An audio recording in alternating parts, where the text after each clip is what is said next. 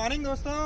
आज हम लोग आपको एक लास्ट वीडियो हमने दिखाई थी ओला के स्पेसिफिकेशंस और उसकी कवरेज करी थी हमने बुलेट के साथ और ओला S1 प्रो के साथ, जिसको हम नैनीताल भी लेकर के गए थे। आपने देखा होगा कि क्या परफॉर्मेंस रही ओला की। तो इसी वीडियो को कंटिन्यू करते हुए है आज हम आपको ओला का पूरा 0 से लेके 100 तक का पूरा रिव्यू दिखाएंगे। तो जिसमें सबसे इम्पॉर्टेंट चीज़ जो रहेगी वो रहेगी इसके स्पेसिफिकेशंस और इसके प्रॉज एंड इसके कॉन्स। मतलब मोटा मोटा आप ये समझिए कि एक्चुअली आपको एक इलेक्ट्रिक व्हीकल लेना चाहिए कि नहीं लेना चाहिए। तो ये दोनों का कंपैरिजन हम आपको बताएंगे, फिर आप अपनी समझ से अपना डिसाइड कीजिएगा कि एक्चुअली इलेक्ट्रिक व्हीकल आपको बेनिफिशियल है कि नहीं है, और आने वाले टाइम में क्या क्या चीज़ें इंट्रोड्यूस होने वाली हैं इलेक्ट्रिक व्हीकल्स के अंदर और हमें क्या इम्पैक्ट आने वाला है, क्या चेंजेस हम अपने कंट्री के इंफ्रास्ट्रक्चर में देखेंगे और क्या क्या हम एक्सपेक्ट करते हैं इलेक्ट्रिक व्हीकल कंपनीज से कि वो हमें डिलीवर करें, ताकि हमारी राइड जो है बहुत चीप और बहुत इंटरेस्टिंग हो जाए। Hi guys, this is Rohit Chauhan. और अभी जैसे कि मधुर से आपकी बात हुई, हम लास्ट टाइम गए भी थे नैनीताल में अपनी ओला S1 प्रो को लेकर के बुलेट के साथ। तो इस बार हमने इसको मधुर के पास ही गाड़ी रहती है, तो मधुर ने काफ़ी इसको एक्सपीरियंस किया, काफ़ी चला के देखा और अब वो दोबारा से इस कंडीशन में है कि आपको उस गाड़ी का रिव्यू एक तरह से दे सके।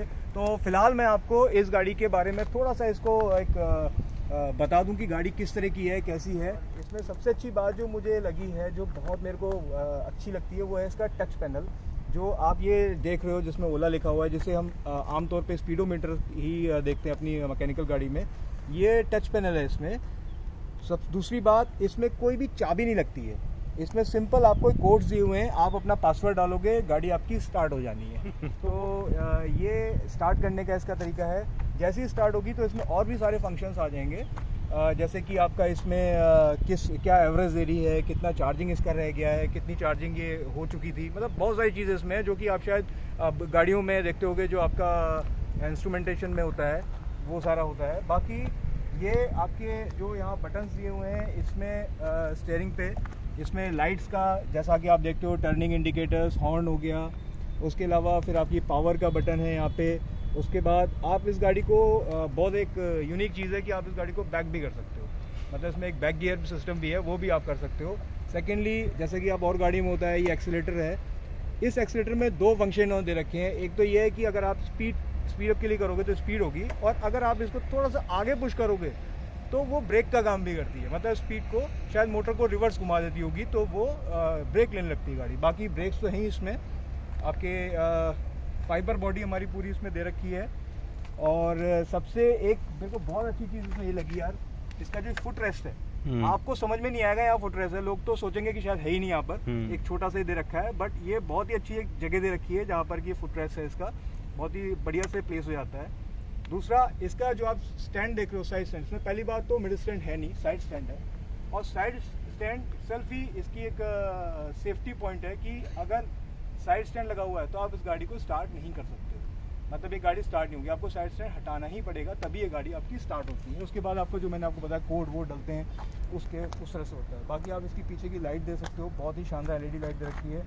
ये इसका चार्जिंग पॉइंट है, जो कि मुझे साहब खुल के दिखाएंगे, इनके कहने पे खुलती है ये इसका कैप हटा देते हैं यहाँ से, और लिड आपकी इसमें आ जाएगी। और ये बहुत ही सिंपल चार्जिंग वाला हिसाब किताब है। लोग सोचते होंगे कि शायद घर में हमको एक स्पेशल कोई बोर्ड लगाना पड़ेगा, ऐसा भी कुछ नहीं है। सिंपल जो अपना 3 पिन वाला होता है उसी में लगना है। और इसके शॉकर्स में अगर हम देखें, फ्रंट एंड पीछे का शॉकर एक ही शॉकर है, मिडिल में शॉकर दिया गया है इसका, और बहुत ही अच्छा शॉकर है। मैं बुलेट को धीरे करना पड़ रहा था, मेरा एक्सपीरियंस ये कहता है कि बुलेट धीरे हो रही थी मेरी स्पीड ब्रेकर्स पे, लेकिन ये मधुर कभी धीरे नहीं करता था, ये आराम से निकालता था। तो आप सोच सकते हो कितनी कंफर्टेबल गाड़ी है ये। आपका जो सिटिंग है वो इतना ज़्यादा अच्छा सोफे की तरह दे रखा है कि आदमी को बहुत आराम से बैठ के जाता है वो। डिस्क ब्रेक दे रखे हैं दोनों जगह पे। इसके अलावा इसका मोटर जो कि यहाँ पर लगा हुआ है पीछे को, 5500 वाट का ना, 5500 वाट का मोटर है इसमें। और बाकी आपके यहाँ स्पीकर्स दे रखे हैं जो कि आप गाने सुन सकते हैं। अच्छा, इसमें एक और चीज़ मधुर मेरे को पता लगी थी कि जैसे आप S1 और S1 प्रो लेते हो ना, तो इसमें डिफरेंस क्या है कि आपको सिर्फ 30,000 या 40,000 समथिंग पे करना है, तो वो S1 प्रो वाले उसमें फंक्शन डाल देता है। मतलब जो भी चीज़ S1 में है उसमें आप 30,000 प्लस कर दोगे तो S1 प्रो बन जाएगी वो गाड़ी। तो एक ये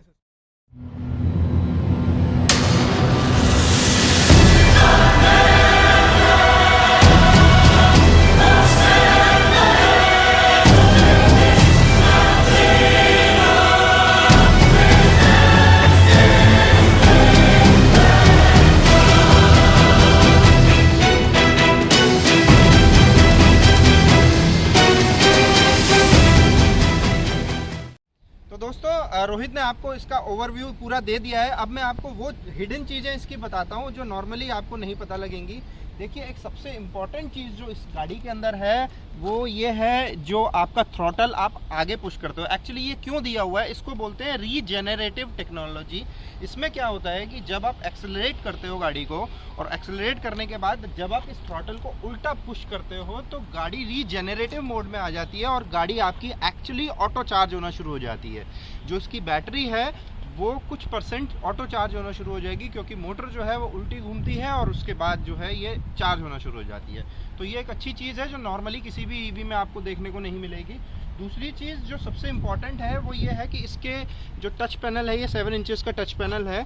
एंड्रॉयड बेस्ड तो नहीं है, बट एक अलग ही ऑपरेटिंग सिस्टम इसके अंदर है। और इसके अंदर नेविगेशन भी है, जो मैप्स माय इंडिया करके एक ब्रांड है जिसने इसके नेविगेशन को हैंडल किया है। और इसके अंदर एक अच्छी चीज़ और है, वो ये है कि इसके अंदर आप अपना ब्लूटूथ और वाईफाई कनेक्ट कर सकते हो। वाईफाई के थ्रू इसको कनेक्टिविटी अपने फ़ोन से दे सकते हो। और इसके अलावा आप इसमें सॉन्ग सुन सकते हो। और इस हालांकि ईवी जो है वो साउंडलेस गाड़ी है, तो साउंड आपको एक साइकोलॉजिकल इफेक्ट देती है। तो वो कुछ ऑलरेडी इसके अंदर फीडेड हैं कुछ साउंड्स, जो आप चूज़ कर सकते हो कि किस टाइप की साउंड आपको चाहिए, तो वही साउंड आप इसमें प्लेस कर सकते हो। तो ये सारी चीज़ें हमने आपको फंक्शंस के लिए बताई। अब मैं आपको बताता हूँ एक्चुअली इस गाड़ी के कॉन्स क्या हैं, प्रॉब्लम्स क्या फेस हो रही हैं। अब मैं सबसे बड़ी प्रॉब्लम आपको बताता हूँ। ये बीच का जो बम्प आप देख रहे हैं, ये बम्प हमारे इंडियन कल्चर्स के हिसाब से नहीं है एक्चुअली, क्योंकि ये बम्प की वजह से हमारे को सामान रखने में बहुत बड़ी प्रॉब्लम क्रिएट होती है। जैसे मान लीजिए हम कोई हैवी मटेरियल लेकर के आ रहे हैं, हालांकि इसका बूट स्पेस बहुत है, लेकिन फिर भी अगर हम लोगों को लटकाने की आगे आदत होती है, सामान को थैली ली, सामान टांग दिया आगे, तो वो यहाँ पर अटकता है और सामान इधर उधर गिरने के चांसेस हैं। तो ये बम्प की शेप अगर नहीं होती तो शायद और अच्छा रहता। और इसके अलावा पैर रखने की स्पेस भी बहुत अच्छी मिलती। दूसरी जो मुझे सबसे बड़ी प्रॉब्लम इसमें नज़र आई वो इंडियन रोड्स के हिसाब से, इसमें जो इन्होंने साइड के जो फुट रेस्ट दिए हैं, ये एक्चुअली अगर दोनों साइड पैर करके कोई बैठता है तो फुट रेस्ट काम करता है। लेकिन अगर आप मानो हमारे यहाँ जो लेडीज़ हैं वो हमेशा एक तरफ पैर करके बैठती हैं, तो वहाँ पर चढ़ने के लिए कोई फुट रेस्ट नहीं है या उनका पैर रखने के लिए कोई फुट रेस्ट नहीं है। तो ये एक सबसे बढ़िया चीज़ जो मुझे समझ में आई कि होनी चाहिए, इसके अंदर इंट्रोड्यूस होनी चाहिए।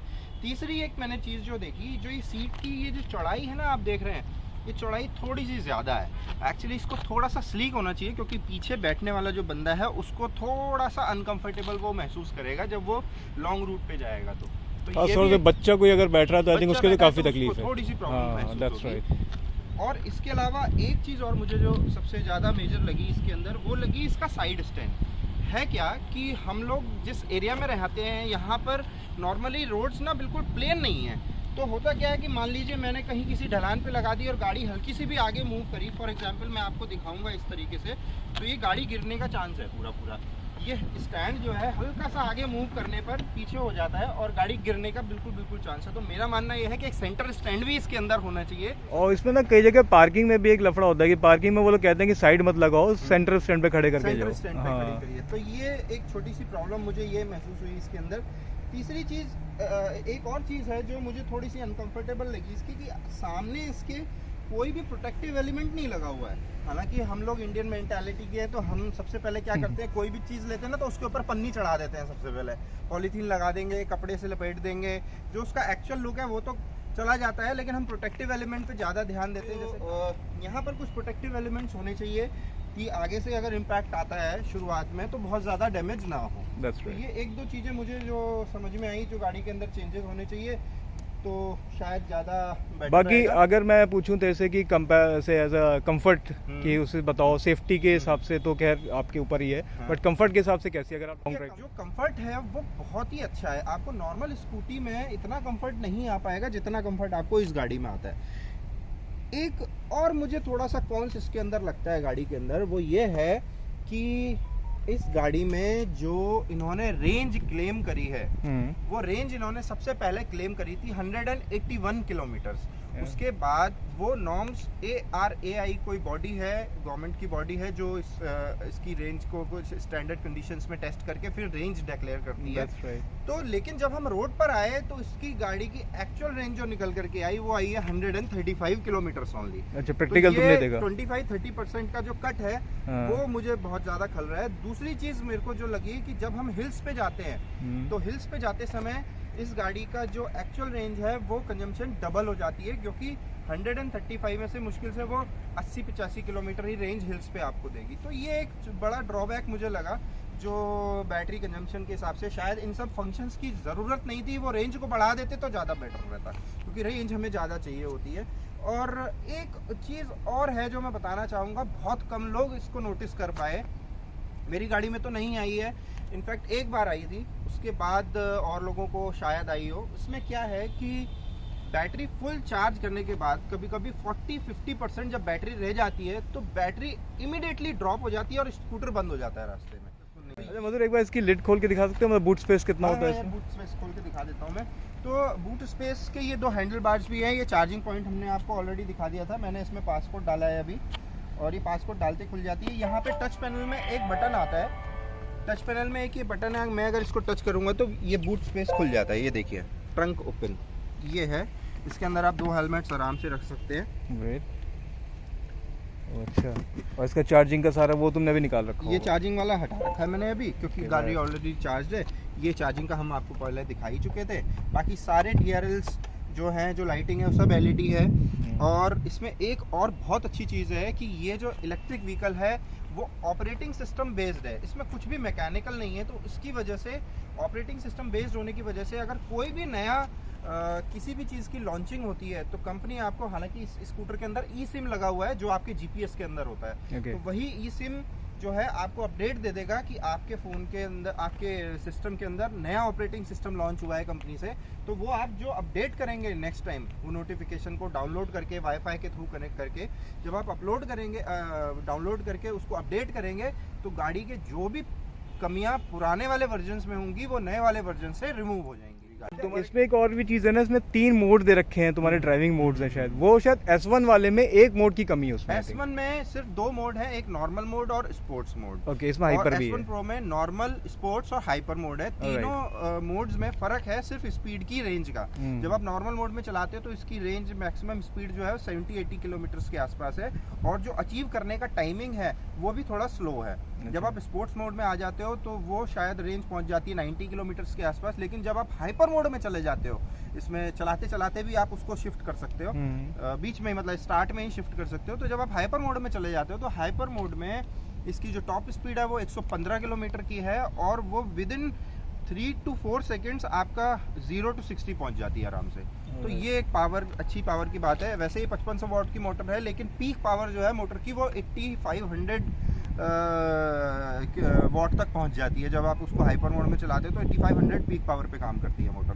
तो मोटर भी ऑपरेटिंग सिस्टम बेस्ड है, तो अपने हिसाब से अपने आप को एडजस्ट कर लेती है कि किस मोड में आप चल रहे हो, क्योंकि उनको पावर भी देनी है, रेंज भी देनी है, तो दोनों चीज़ें मिला करके। अब मैं आपसे बात करता हूँ कि ईवी लेनी चाहिए कि नहीं लेनी चाहिए। देखिए, मेरा मानना यह है कि ईवी आने वाले टाइम का फ्यूचर है, बट हमारे जैसे डेवलपिंग कंट्री के लिए बहुत टाइम लगेगा इसका पूरा इंफ्रास्ट्रक्चर सेटअप करने में, क्योंकि अभी बहुत सारे चार्जिंग स्टेशन रही है। आपको याद होगा जब हम पहले गाड़ियाँ लेके घर से निकलते थे तो हम देखते थे रास्ते में पेट्रोल पंप कहाँ पर पड़ रहा है, लेकिन अभी क्या है, चार्जिंग स्टेशन सेटअप होने शुरू हो गए हैं, बट अभी बहुत टाइम लगेगा। ओला को सेटअप करने 1-1.5 lakh charging station. Tata power इस पे काम कर रही है, एक स्टैटिक इलेक्ट्रिसिटी करके कंपनी है वो इस पे काम कर रही है, P2 पावर है, टेल्को पावर है, कई सारी इलेक्ट्रिक बड़ी बड़ी ब्रांड्स हैं जो चार्जिंग स्टेशन पे काम कर रहे हैं कि आप जाइए और हाइपर चार्जर का मतलब होता है कि फास्ट चार्जर। जैसे हमारे फ़ोन्स में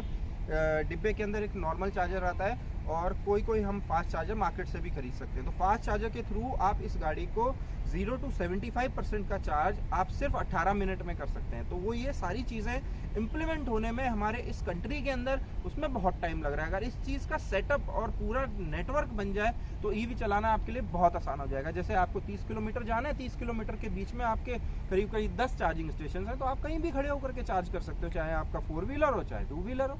मतलब ऑल टुगेदर मेरे को ये समझ में आ रहा है कि अभी अगर हम इलेक्ट्रिक बाइक ये ले रहे हैं तो आई थिंक सिटी कंडीशन के लिए बहुत अच्छी है कि घर पे आपको खड़ी करनी है। परफेक्ट है। आप मेरी बात मानिए, विश्वास मानिए, मेरा जो मंथली एक्सपेंस टू व्हीलर के अंदर था वो था अराउंड 3000 रुपीज़ पर मंथ, जो घट करके आ चुका है 600 रुपये पर।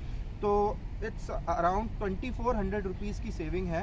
अच्छा, एक चीज़ बताना भूल गया कि लोग ये पूछते हैं कि ये चार्जिंग में कितना यूनिट बिजली जो है कंज्यूम करती है, इलेक्ट्रिसिटी कंज्यूम करती है, ये लोगों को नहीं पता है। मैं आपको बताता हूँ, उसका एक बड़ा सिंपल सा फंडा है। जो बैटरी है, बैटरी की कैपेसिटी जो होती है वो किलोवाट पे डिपेंड करती है। जैसे इसके अंदर 3.97 किलोवाट की बैटरी है, तो इसका मतलब ये है कि अगर आप उसमें 15% कुछ एनर्जी लॉस भी होता है, 15-20%, तो अगर आप इस 4 किलोवाट की बैटरी को पूरा फुल चार्ज करेंगे तो आपकी 4 यूनिट मोटी मोटी कंज्यूम होगी। अब आपका जो इलेक्ट्रिसिटी का रेट है, मान लीजिए 4 यूनिट मेरे यहाँ है करीब 5 रुपये 5.5 रुपये का, उत्तराखंड में रेट तो कम मेरा रेट निकल करके आता है करीब 22 रुपये के आसपास। तो मेरी गाड़ी अगर 135 की रेंज देती है तो 135 की रेंज ओला इलेक्ट्रिक की वो आपको 22 से 23 रुपीज़ के अंदर पूरी चार्ज हो जाएगी। जबकि यही चीज़ फ्यूल के अंदर आप कंसिडर करोगे तो ये आपको करीब आप मान के चलिए 350-400 रुपये खर्च करने पड़ेंगे। तो ये एक एग्जैक्ट सेविंग है आपकी, और पावर आपको वहाँ की बराबर मिल ही रही है।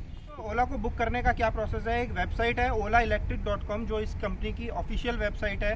उस पर लॉगिन कीजिए अपने मोबाइल नंबर से, और उसके बाद 500 रुपीज़ मतलब 499 रुपीज़ में आप इसको बुक करा सकते हो। और बुकिंग के 3 महीने बाद गाड़ी जो है आपको डिलीवर होगी, लेकिन फुल पेमेंट करने के बाद आपको पहले 20,000 का एडवांस पेमेंट करना है, और उसके बाद जो फाइनल पेमेंट होगा वो आपका जब गाड़ी कंफर्म हो जाएगी फिर आपको पूरा पेमेंट करना है, तब गाड़ी आपको डिलीवर होगी। इसमें रजिस्ट्रेशन कंपनी की रिस्पॉन्सिबिलिटी है, इंश्योरेंस कंपनी की रिस्पॉन्सिबिलिटी है, फेम टू सब्सिडी क्लेम कराना कंपनी की रिस्पॉन्सिबिलिटी है। इसके अलावा आपके घर तक गाड़ी को पूरी ठीक ठाक हालत में पहुंचाना कंपनी की रिस्पॉन्सिबिलिटी है। सो ये पूरा प्रोसेस है इसका बुकिंग का। अगर कोई कंफ्यूजन हो तो कमेंट बॉक्स में अपना कमेंट दे करके हमसे पूछ सकते हैं। अच्छा, इसकी जो नंबर प्लेट है वो ग्रीन मिलेगी ना? नंबर प्लेट ईवी है तो EV ग्रीन ही है। मिलेगा, क्योंकि ऑल इंडिया जितनी भी नंबर प्लेट्स हैं ईवी की वो ग्रीन कलर में आती हैं।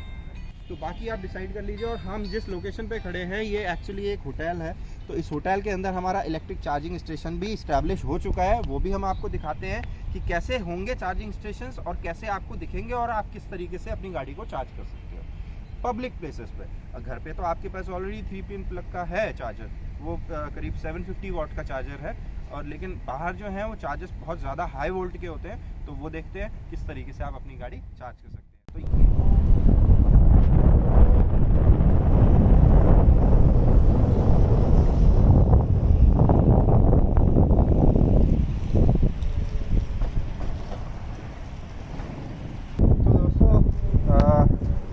ये है इसका चार्जिंग स्टेशन, ये आप देख सकते हैं।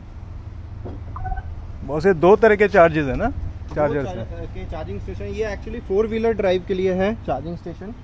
ये 30 किलोवाट का चार्जिंग पावर स्टेशन है, जिससे आप गाड़ी अपनी चार्ज कर सकते हो।